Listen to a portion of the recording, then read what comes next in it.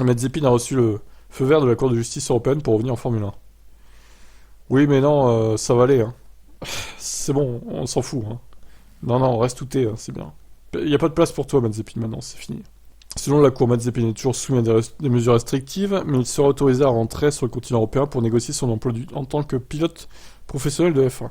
Selon l'agence de presse TASS, une des seules conditions est que tout sponsor potentiel ne puisse pas être lié aux activités de Dimitri Mazepin, qui figurait spécifiquement sur la liste des sanctions anti-russes. Je suis heureux de la décision du tribunal qui me donne de l'espoir d'un retour dans le sport auto international. Je ferai de mon mieux pour rattraper mon retard et j'ai hâte de revenir à la cause à laquelle j'ai consacré la majeure partie de ma vie. Le même jour que la décision du tribunal, le ministre hongrois des Affaires étrangères, Peter Szijjártó, a appelé à une levée plus générale des sanctions contre les Russes comme Mazepin. Nous avons souffert sous le régime communiste, nous savons donc que c'est ce que c'est d'avoir des enfants tenus pour responsables de ce qu'ont fait leurs parents. La question est donc la suivante. Pourquoi mettons-nous un pilote de F1 sur la liste des sanctions en raison de soupçons sur les liens de son père avec le gouvernement russe?